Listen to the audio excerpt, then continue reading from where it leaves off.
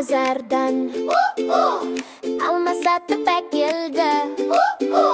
Ең үлкенін жақсысын саған таңдап әперді. Не деп барып жеу керек? Рахмет. Балалар жүр көшеде, естіледі шу айқай. Сен де шықтың көшіңді, қағып кеттің байқамай. Мұндайда не деу керек?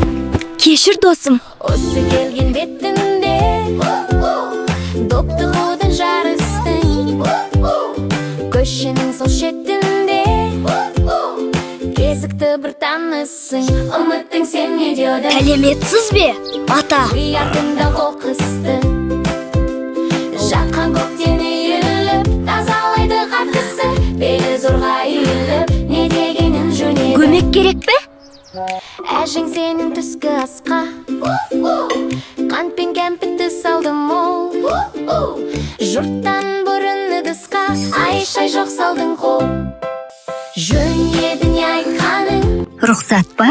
Добын апар назардың, деді ағаң. Бармадың, тапшылмадың сазардың, аға тілін алмадың.